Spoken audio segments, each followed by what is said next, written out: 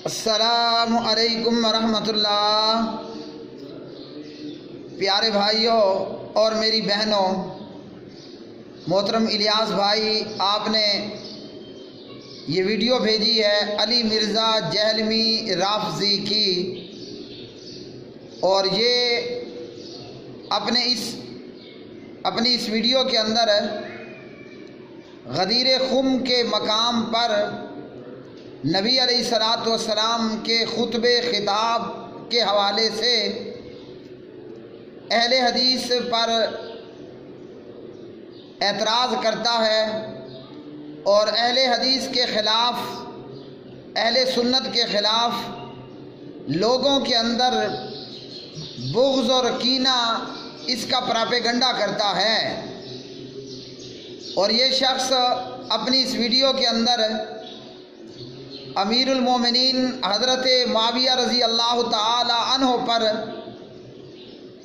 نازیبا اور گستاخانہ الفاظ کا استعمال کرتا ہے، اور صرف ان پر ہی نہیں بلکہ دیگر تابعین پر، صحابی کے علاوہ تابعین پر بھی نازیبا اور گستاخانہ الفاظ اور لب و لہجے کا استعمال کرتا ہے۔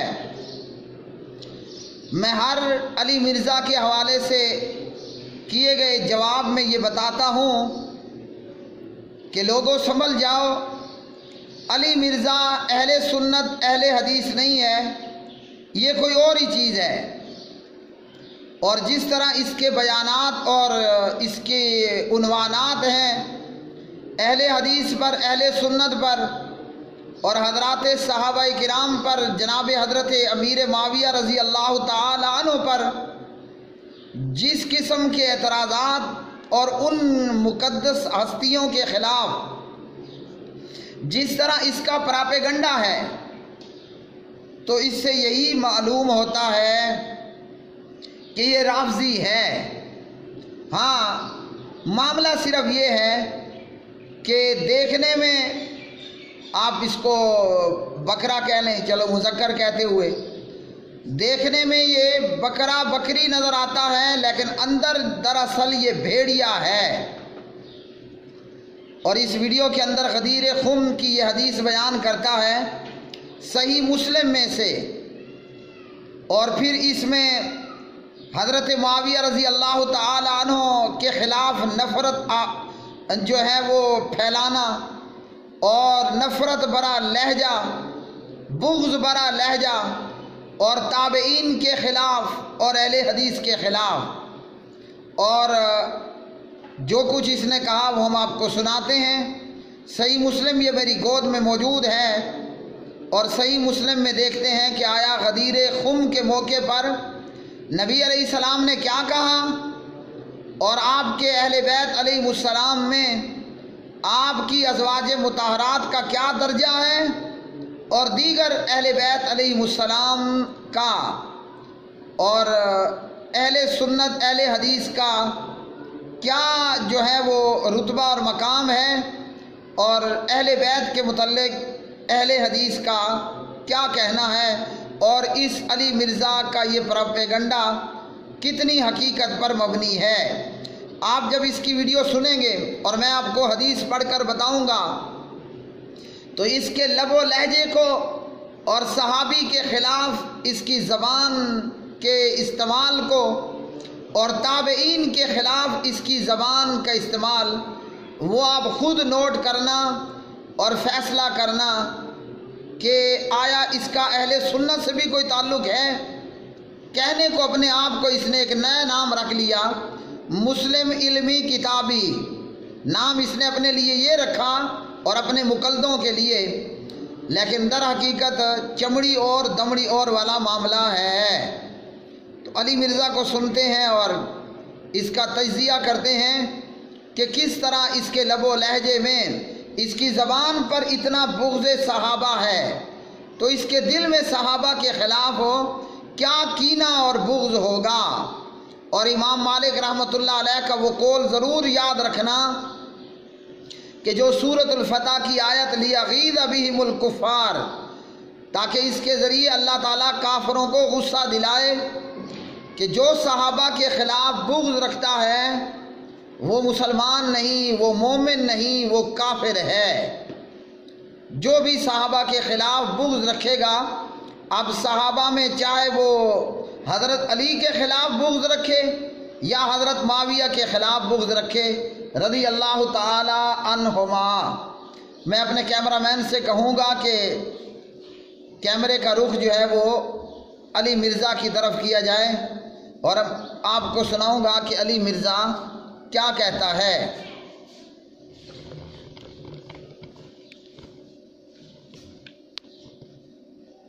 غدیر خم کی حدیث وہ بھی آپ نے صرف تھوڑی سی سنی ہے نا، اس میں بھی یہ آل امیہ کی کارستانیاں موجود ہیں۔ چوتھی مثال ہے غدیر خم کی، صحیح مسلم میں 4 طرق ہے انٹرنیشنل نمبر کے مطابق 6225 سے 6228 تک، یہ مسلم شریف میں جے پی جی ہم اٹیچ کر دیں گے۔ 2 طریق میں ایڈریس کروں گا، 6225 اور 6228۔ مشہور حدیث ہم نے منش پہ بھی لکھی ہے۔ نبی اسلام نے مکے سے مدینے آتے ہوئے حجۃ الوداع کے موقع پر 18 ذوالحجہ کو خم نامی گاؤں میں پانی کے لیے پڑاؤ کیا اور اپنی وفات سے 2.5 مہینے پہلے خطبہ دیا، اے لوگوں آگاہ ہو جاؤ، میں بھی ایک انسان ہوں، قریب ہے کہ اللہ کا قاصد یعنی موت کا فرشتہ میرے پاس آئے اور میں اس کی دعوت قبول کر لوں۔ میں اپنے بعد تم میں 2 بھاری چیزیں چھوڑ کر جا رہا ہوں، ان میں سے پہلی چیز اللہ کی کتاب ہے، اس میں ہدایت ہے، اس میں نور ہے، یہ اللہ کی رسی ہے، وَاعْتَصِمُوا بِحَبْلِ اللَّهِ جَمِيعًا وَلَا تَفَرَّقُوا، یہ ہے۔ جو اس کو پکڑے گا وہ ہدایت پر ہوگا، جو چھوڑ دے گا وہ گمراہ ہو جائے گا۔ پکڑنے کا مطلب یہ نہیں کہ اس کو میں پکڑ کے ایاک نعبد و ایاک نستعین بھی پڑھ رہا ہوں اور پھر یا علی مدد بھی کہہ رہا ہوں، نہ۔ مولا علی کا شیعہ وہ ہوگا جو اللہ کو پکارے گا، مولا علی بھی اللہ کو پکارتے تھے، مولا علی کا شیعہ بھی وہ ہوگا جو اللہ کو پکارے، پولیٹیکل ٹرم میں شیعہ۔ اور پھر زید بن ارقم کہتے ہیں کہ نبی الاسلام ترغیب دلاتے رہے، اللہ کی کتاب، اللہ کی کتاب، اللہ کی کتاب۔ یہ وہی زید بن ارقم ہے جو کہتے ہیں کہ پہلا شخص جو مسلمان ہوا وہ علی بن ابی طالب۔ پھر فرمایا دوسری چیز میرے اہل بیت ہیں، میں اپنے اہل بیت کے معاملے میں تمہیں اللہ کا خوف دلاتا ہوں۔ نبی علیہ الصلوۃ والسلام پر ایمان لانے والوں میں سب سے پہلے مردوں میں جناب ابو بکر صدیق اکبر رضی اللہ تعالی ایمان لائے، بڑی عمر کے لوگوں میں۔ میں اپنے اہل بیت کے معاملے میں تمہیں اللہ کا خوف دلاتا ہوں، میں اپنے اہل بیت کے معاملے میں تمہیں اللہ کا خوف دلاتا ہوں۔ 3 دفعہ یہ بات کی نا جب، تو وہ جو تابعین اتنے شوق سے حدیث سننے آئے ہوئے تھے، آئے تو بڑے شوق نہ سننے کہ یہ کیا پہ ہوتا ہے، کیونکہ آپ کو پتا ہے یہ دور تھا آل امیہ کا۔ اب دیکھیے تابعین کے متعلق بات کرنا اور اس کی آواز میں طنز، اس کے ہونٹوں پر طنز اور اس کی آنکھوں میں طنز، اور پھر اس پر جناب معاویہ رضی اللہ تعالی عنہ کی آل کو اور معاویہ کو تان کرنا، تو بھائی یہاں حدیث صحیح مسلم کی حدیث میں نہ تو غدیر خم کی اس روایت میں جناب معاویہ کا ذکر ہے رضی اللہ عنہ، نہ آل معاویہ کا ذکر ہے۔ اب اس راوزی سے ہم پوچھیں اور سننے والے مقلدوں یا وہ ناسمجھ مسلمانوں جنہوں نے علی مرزا کو اہل سنت یا اہل حدیث سمجھ لیا، اب اس غدیر خم کی حدیث میں کہاں ہے معاویہ اور کہاں ہے آل معاویہ رضوان اللہ تعالی علیہم اجمعین؟ تو یہ سیدھا صحابی رسول کاتب وحی جناب حضرت معاویہ رضی اللہ تعالی عنہ کے خلاف بغض ہی تو ہے کہ حدیث خم میں، غدیر خم کی اس روایت میں نہ تو جناب معاویہ کا ذکر ہے نہ آل معاویہ کا ذکر ہے، اور اس پر معاویہ اور آل معاویہ کو پیٹنا، ان کا وویلا کرنا، یہ سوائے رافضیت اور شیعیت اور خمینیت کے آپ اسے اور کوئی نام بھی نہیں دے سکتے۔ پہلے تو آگے وہ بڑی تمہید بناتے ہیں کہ جی زید آپ تو پرانے صحابہ میں سے ہیں، آپ تو بڑے الفاظ ہیں، آپ بڑے خوش نصیب ہیں، آپ نے تو حضور کی بڑی مجالس اٹینڈ کی ہوئی ہیں، بڑی نمازیں حضور کے پیچھے پڑھی ہوئی ہیں، ہمیں کچھ باتیں بتائیں نا جو آپ نے خود سنی ہو۔ تو ان کا میں بوڑھا ہو چکا ہوں، مجھے بس تھوڑی باتیں یاد ہیں، اگر میں زیادہ نہ بتا سکوں میری معذرت قبول کرو، میں بہت بوڑھا ہو چکا ہوں، لیکن ایک بات مجھے یاد ہے غدیر خم کی حدیث۔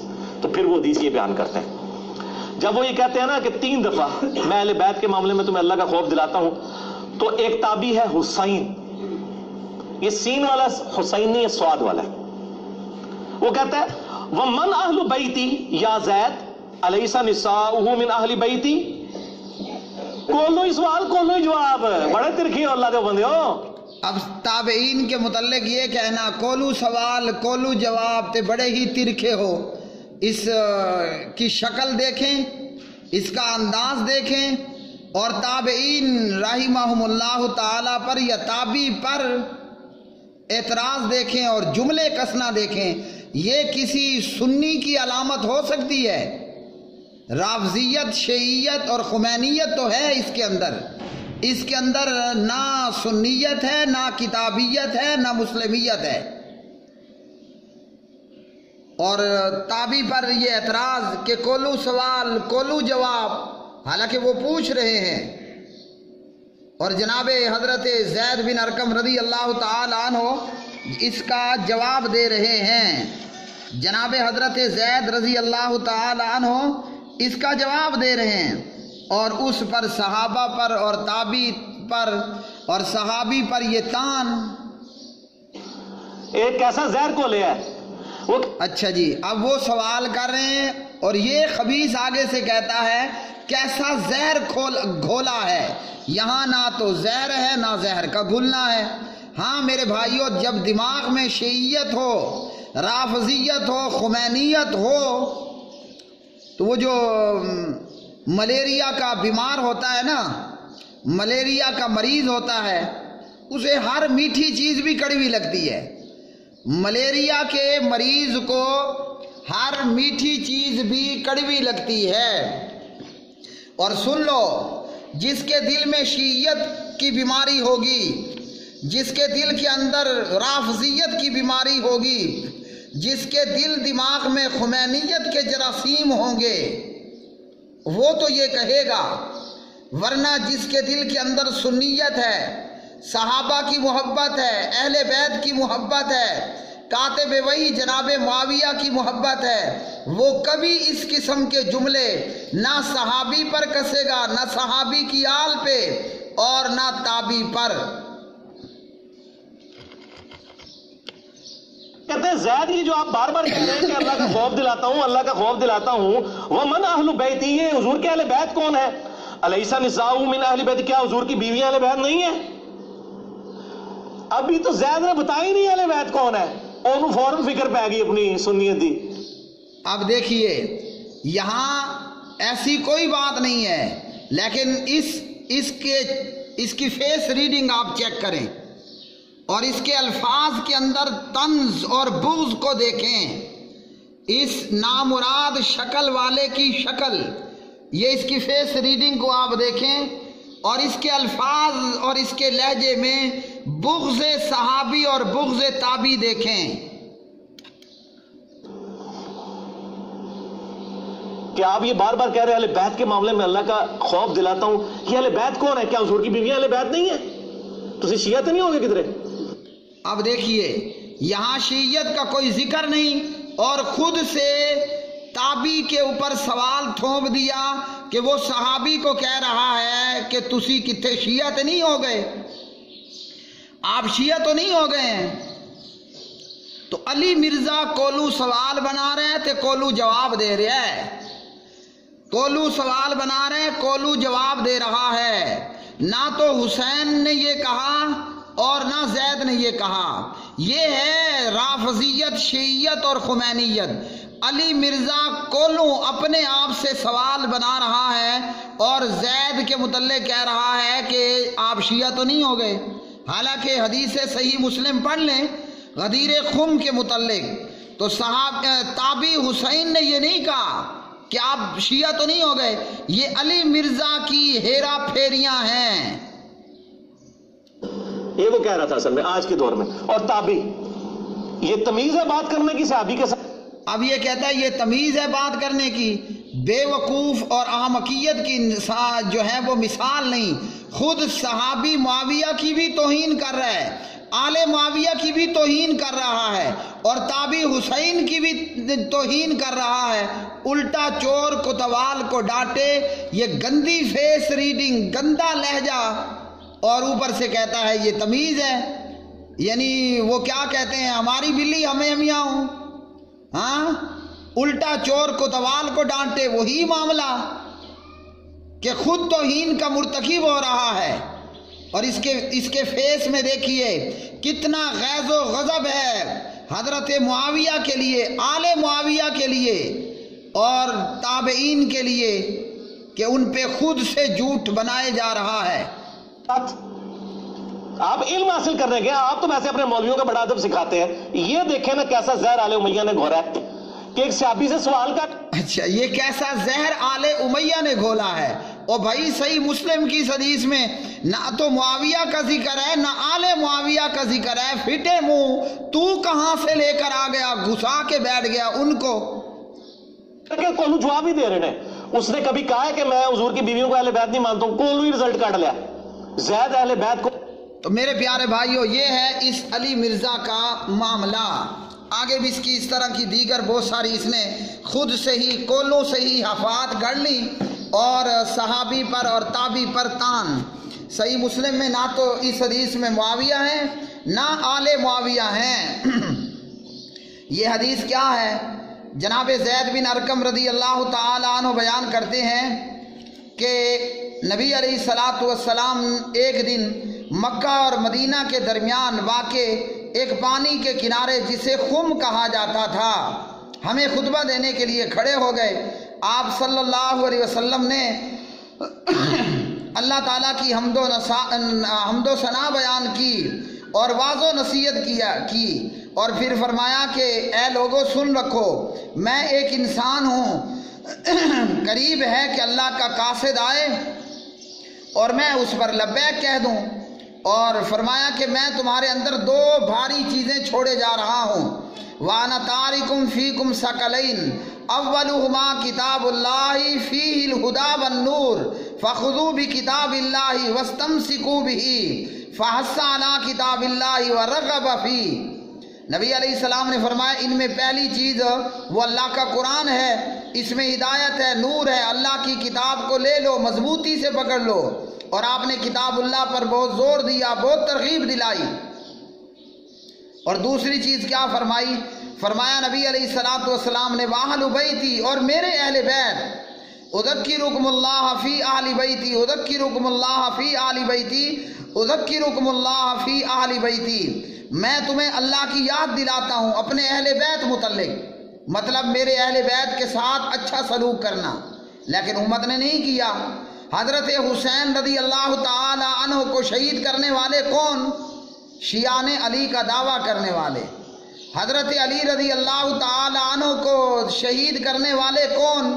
خارجی۔ اور اسی طرح نبی کے اہل بیت میں اماں جی عائشہ رضی اللہ تعالی عنہ پر اعتراض کرنے والے، بغض پھیلانے والے، اور ان کے متعلق وہ کہنے والے کہ زبان اجازت نہیں دیتی۔ جو کچھ ایرانیوں کے امام خمینی نے لکھا تو پیغمبر نے کہا میرے اہل بیت، میں اس پر اللہ کی یاد دلاتا ہوں، مطلب اہل بیت کے ساتھ اچھا کرنا۔ حسین تابی کہتے ہیں کہ آپ کے اہل بیت کون ہیں؟ کیا آپ کے ازواج، آپ کی بیویاں آپ کے اہل بیت میں نہیں؟ تو جناب زید نے کہا کہ آپ کی اہل بیت، آپ کی ازواج آپ کی اہل بیت ہیں، لیکن اہل بیت میں ہر وہ شخص شامل ہے جس پر صدقہ حرام ہے۔ وہ کون ہے؟ وہ آل عباس ہیں، آل عقیل ہے، آل جعفر ہیں، آل علی ہے رضوان اللہ تعالی علیہ مجمعین۔ تو زید نے بتایا کہ اہل بیت صرف بیویاں ہی نہیں، نبی کے اہل بیت میں وہ تمام شامل ہیں جن پہ صدقہ زکوٰۃ حرام ہے۔ تو یہ ہے سیدھی سیدھی حدیث۔ اور اسی طرح اسی روایت کی یہ اور سند، تو اس کے اندر بھی یہی بتایا گیا کہ جناب زید رضی اللہ تعالی عنہ سے پوچھا گیا کہ آپ کے اہل بیت میں کون ہیں؟ نساؤہ، مطلب کہ صرف آپ کی بیویاں آپ کے اہل بیت ہیں؟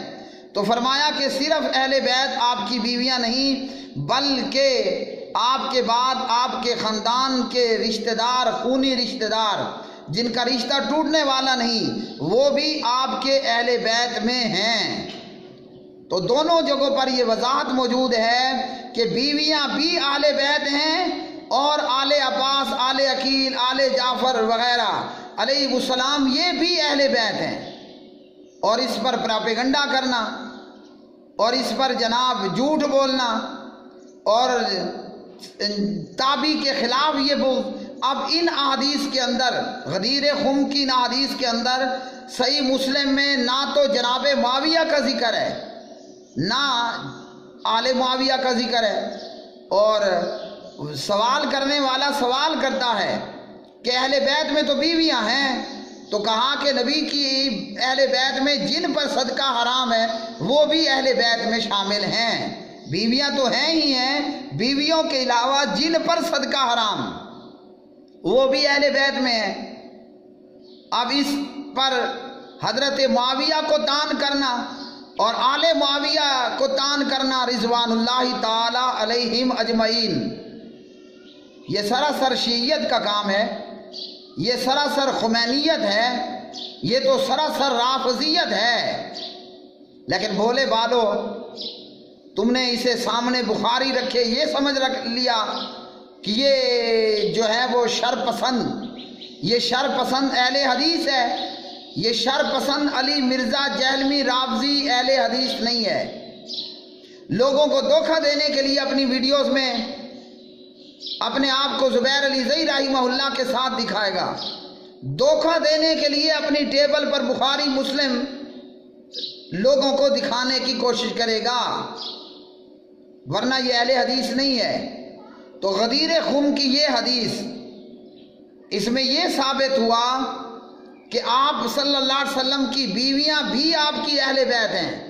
اور یاد رکھیے، کسی امتی کی بیوی اگر بیوہ ہو جاتی ہے، وہ عدت بعد جس سے مرضی نکاح کر لے، جو بھی اس کے غیر محرموں میں ہے، لیکن پیغمبر کی بیویاں چونکہ امت کی مائیں ہیں، النبی اولا بالمؤمنین من انفسہم وازواجہ امہاتہم، الاحزاب پارہ 22، تو اس لیے پیغمبر کی بیویاں بیوہ ہو کر بھی نکاح نہیں کر سکتی کہ آگے امت ان کی ماں، وہ امت کی مائیں ہیں، بلا ماں سے بھی نکاح ہوتا ہے۔ اب میں آپ کو بتا دوں، ایک ماں جس سے میں پیدا ہوا، وہ ماں جس سے میں نے بچپن میں دودھ پیا معتبر رضاعت کے ساتھ، وہ ماں جو میرے باپ کی بیوی ہے، یہ کتنی مائیں ہو گئیں؟ 1 2 3، اور میری چوتھی ماں عائشہ صدیقہ رضی اللہ تعالی عنہا اور نبی کی دیگر ازواج رضوان اللہ تعالی علیہم اجمعین۔ تو پیغمبر کی بیوی بیوہ ہو کر بھی نکاح نہیں کر سکتی کیونکہ وہ امت کی ماں ہوتی ہے۔